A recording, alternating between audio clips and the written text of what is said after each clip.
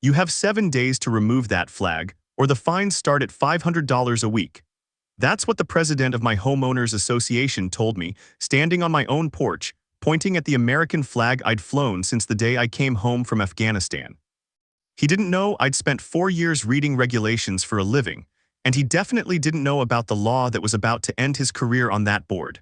My name is Mark Delgado.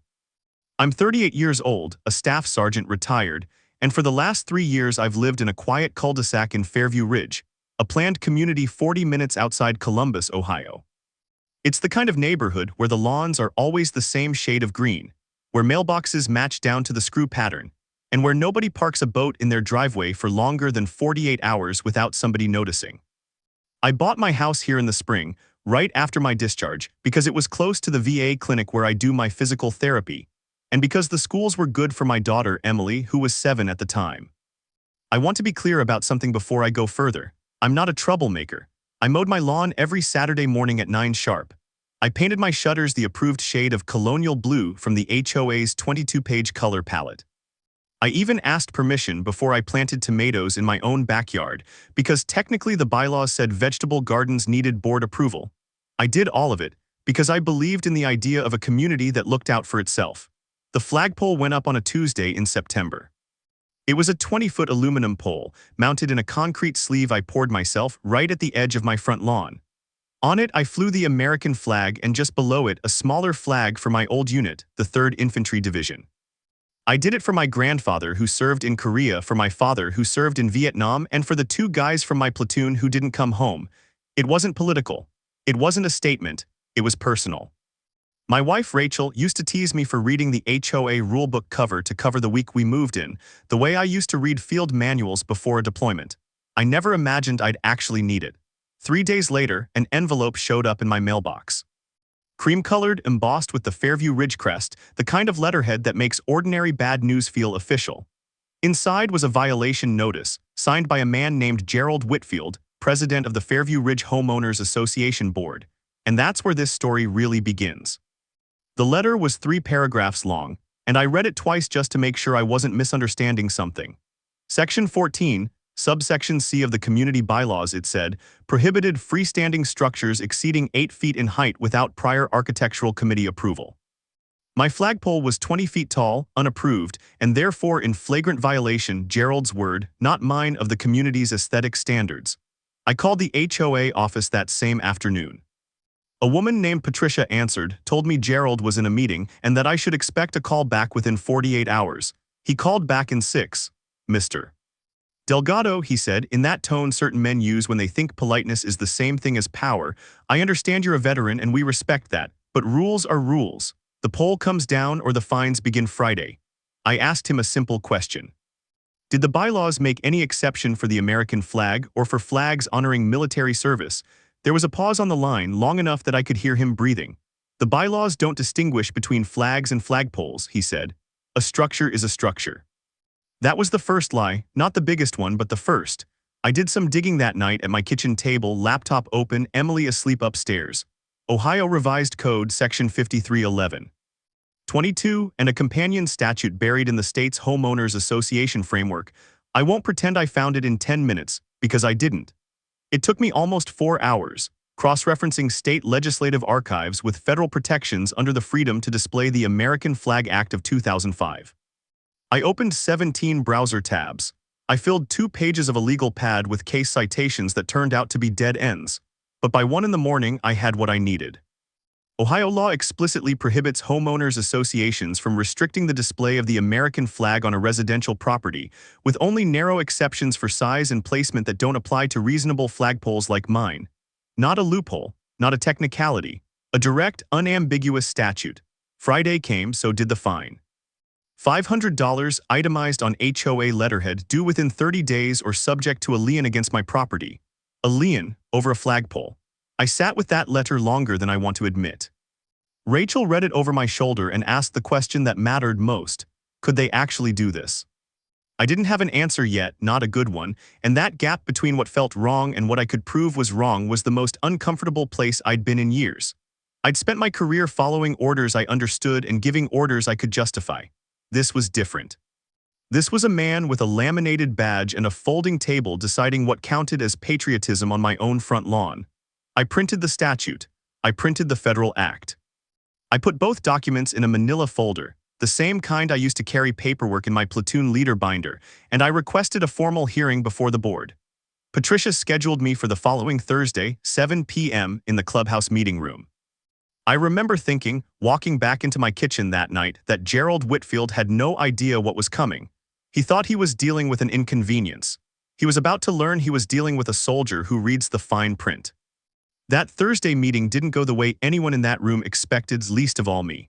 I arrived at 6:45, folder under my arm, and found the clubhouse parking lot already half full. Word travels fast in a neighborhood of 400 houses, and apparently my flagpole situation had become the evening's entertainment. I counted maybe 30 residents in the folding chairs when I walked in, more than double the usual turnout for a board meeting. According to the woman sitting next to me, a retired schoolteacher named Diane who'd lived in Fairview Ridge for 11 years. The air conditioning in the clubhouse was broken, and somebody had propped the side door open with a folding chair, so I could hear crickets starting up outside while Gerald shuffled his papers at the front table. Gerald sat at the head table with two other board members, a treasurer named Bill and a secretary named Rhonda, both of whom looked like they'd rather be anywhere else. Gerald opened the meeting the way he probably opened every meeting, thanking everyone for coming, running through old business about a broken sprinkler head on the community green. Then he got to me. Item 4, he said. The Delgado property, unauthorized structure, Section 14C violation, currently accruing fines. I stood up before he finished the sentence. Mr. Whitfield, before we go further, I'd like to submit these documents into the record. I walked the folder up to the table myself. Bill took it, flipped through it, and I watched his face change in real time. What is this? Gerald asked, not really a question, more of a demand dressed up as one. Ohio Revised Code, Section 5311-22, I said. It prohibits homeowners associations from restricting flag displays on residential property. There's also the Federal Freedom to Display the American Flag Act. Both are highlighted. Both apply directly to my flagpole. Gerald's jaw tightened. This is a height restriction issue, not a flag issue. Your pole is 20 feet, our max is 8. The pole isn't the structure being restricted under the statute, I said. The display is. And Ohio law specifically addresses reasonable flagpole height as part of flag display rights, not as a separate structure category. You can't regulate around the flag by attacking the pole it's flown on. I checked, twice. A murmur moved through the folding chairs. Diane next to me actually laughed, quick and sharp, before catching herself. Someone near the back, an older man in a Navy veteran's cap, said finally, loud enough for half the room to hear it. I'll need our attorney to review this, Gerald said, sliding the folder toward Bill without looking at it again. You'll need him to review it fast, I said, because that lien you filed against my property was based on a fine that state law says you had no authority to issue in the first place. That's not a bylaw dispute anymore, Mr. Whitfield. That's a legal liability for this entire board. The room went quiet in a way that felt different than before, heavier, like everyone had just realized they were watching something more than a neighborhood squabble. Rhonda, the secretary, was writing fast, and I noticed Bill lean over and whisper something to Gerald that made his neck go red. We'll take this under advisement, Gerald said, which is what people say when they've already lost and haven't figured out how to admit it yet. Next item. But I wasn't finished, not even close, because sitting under my chair in that same folder was one more page I hadn't shown them. Something I'd found at 2 in the morning, buried in the HOA's own meeting minutes from 4 years earlier. That was about to turn this from an embarrassment into something much worse for Gerald Whitfield. I waited until after the meeting officially adjourned before I asked to speak to the board privately. Gerald hesitated, but with Diane and a dozen other residents still lingering by the exit, whispering, watching, he didn't have much choice but to say yes. I laid the last page on the table. It was a photocopy of HOA meeting minutes from 4 years prior, back when Gerald first joined the board as treasurer, before he became president. In those minutes in black and white, the board had unanimously approved a variance for a resident on Larkspur Court, a 22-foot flagpole, 2 feet taller than mine, for a family flying a state flag and a college football flag. No military connection, no statute cited, just a neighbor who happened to golf with Gerald on weekends. You approved a taller pole for a football flag, I said, and you're fining me $500 a week for a flagpole flying the American flag in direct violation of state law. I'd like an explanation, and I'd like it in writing. Gerald's face went through about 4 different colors. Bill wouldn't meet my eyes. Rhonda actually pushed her chair back an inch like she wanted distance from whatever was about to happen. That was a different circumstance, Gerald finally said. It was the same bylaw, applied to 2 different neighbors with 2 very different outcomes, I said. I've spent 4 years overseas defending the idea that laws apply to everybody the same way. I'd like this board to try that idea out for a week. I didn't raise my voice. I didn't need to. Diane, still standing by the door, had heard every word, and by the next morning so had most of the cul-de-sac, because Fairview Ridge has a neighborhood group chat, and neighborhood group chats do not know the meaning of confidential. 3 days later, I got a call from a woman I didn't recognize, introducing herself as Colonel Andrea Reyes, retired, president of the Ohio chapter of a veterans' housing rights advocacy organization. Diane, it turned out, had a nephew who worked with the group, and she'd forwarded my story without asking me first.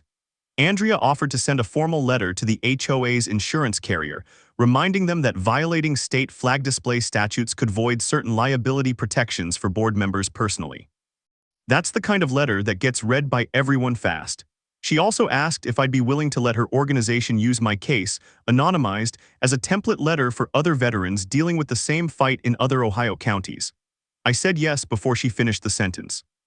The second board meeting happened 2 weeks later, and this time I didn't need to bring the folder. Gerald brought his own attorney, a tired-looking man named Sanders who spent most of the meeting avoiding eye contact with everyone in the room, including his own client. Sanders confirmed, in front of 30-some residents, that the fine against my property was not enforceable under current Ohio statute, and recommended the board rescind it immediately, along with any lien filing, to avoid what he called unnecessary personal exposure for board members.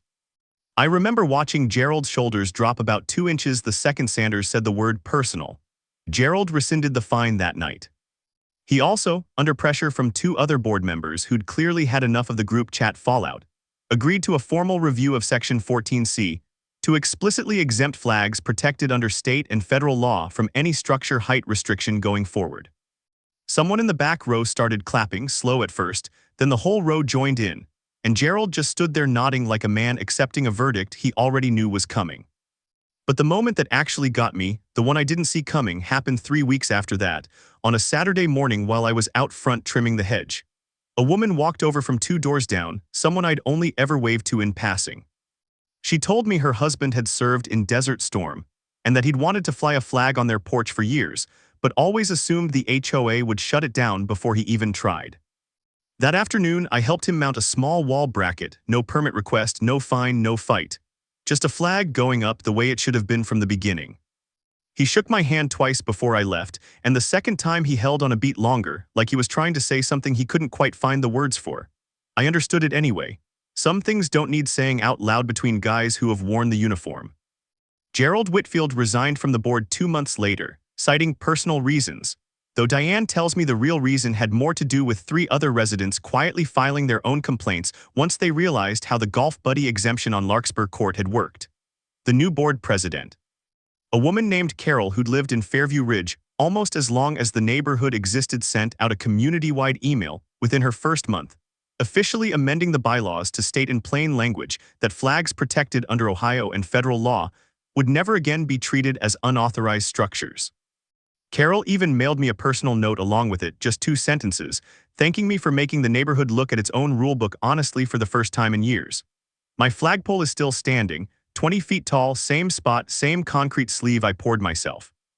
Every morning I raise the flag before Emily leaves for school, and some mornings she helps me do it, learning the fold, learning why it matters.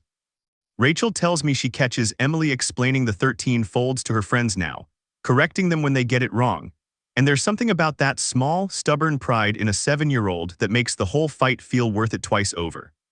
I think about that first letter sometimes, the cream-colored envelope, the embossed crest, the casual confidence of a man who thought a rulebook gave him more authority than it actually did. He forgot the most basic thing about rules: they only work if they apply to everyone the same way every time. I didn't fight that board because I wanted a confrontation. I fought because somewhere along the way, I learned that the loudest voice in the room isn't always the one who's right, and that sometimes the quietest guy with a folder full of statutes wins simply by refusing to back down. It reminded me of something I learned a long time ago, in a much different uniform, in a much different kind of fight. The rules only mean something if somebody's willing to stand there and hold the line when everyone else assumes it isn't worth the trouble. If you're dealing with something like this in your own neighborhood, do the homework before you do the yelling. Know your state's laws, know your rights.